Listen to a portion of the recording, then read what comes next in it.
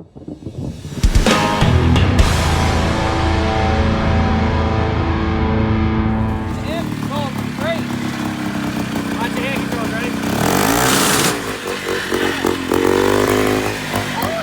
right, so as you just saw at the very end of that one clip, I used the handbrake, and then when I give it gas after that, you hear it go like. What was actually happening was the original carrier, as you've seen in previous episodes, it used the rear part of the swing arm, the actual carrier part of the swing arm from the quad. That's proven to be too much of a problem.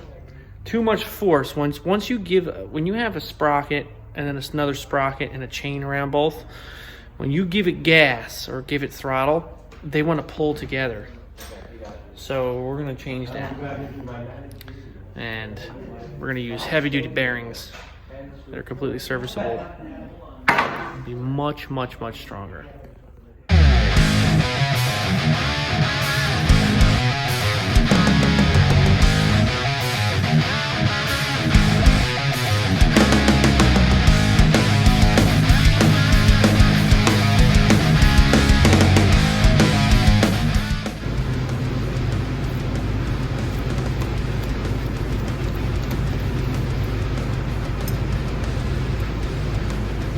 Tiny bit of a wobble, but I don't care.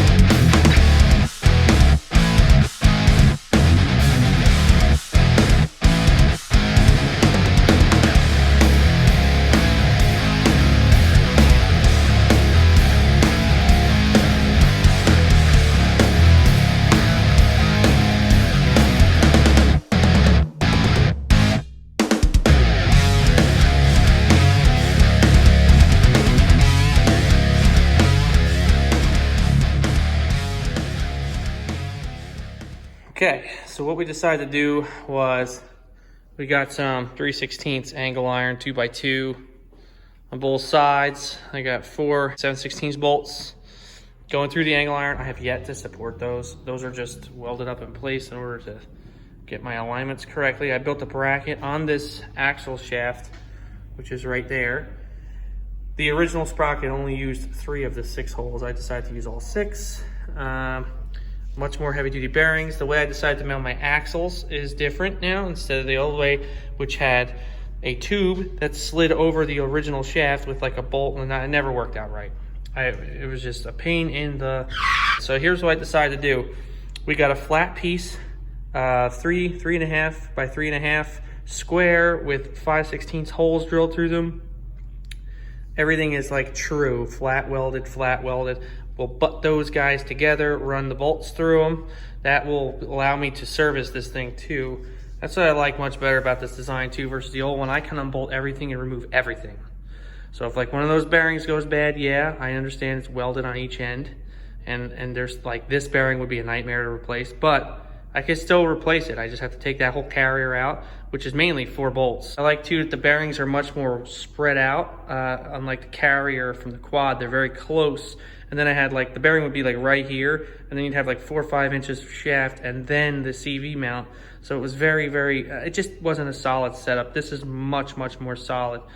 I have what I'm gonna work on next is making a chain adjuster here, because I have play where this will slide up and down, which will make my chain tighten and loosen, which is a feature you need, especially because it's a brand new chain.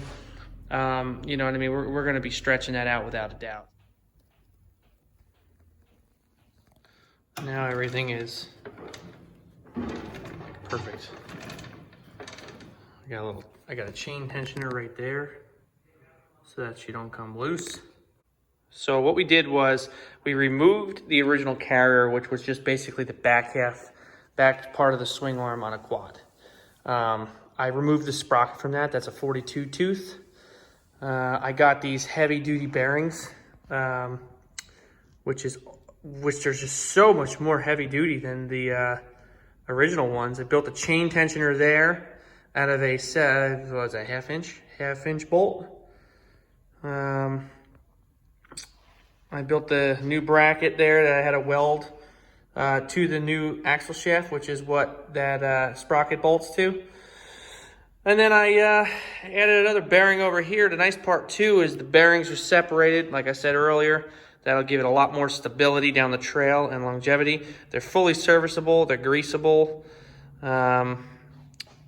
Man, just everything. I finally added another support along the bottom, and I added a cross support there.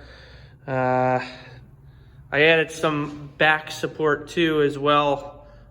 I got a piece of angle there. It's not welded right here. I'll weld that tomorrow. So to do a little bit of recapping for this video, we built a set of pedals, a gas and a brake pedal. We moved the master cylinder. I built a custom set of hand controls for my brother Jesse so he can utilize one lever that will both push the brake, and when you move it in the opposite direction, uses the gas. I added a golf cart steering rack. I also added a steering wheel. We also updated the carrier, so now that is much more heavy duty and fully adjustable.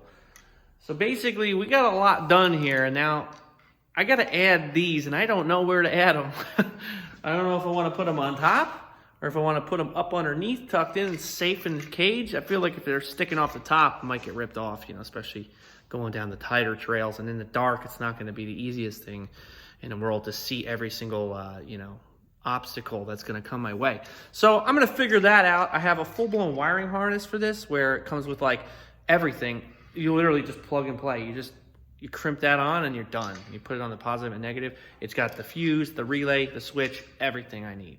So basically, it's just going to be a plug and play, and I'm pretty pumped about that. It's easy. And it doesn't draw a lot of power, so that's where we're at, and I hope you enjoy the video. We'll see you next time.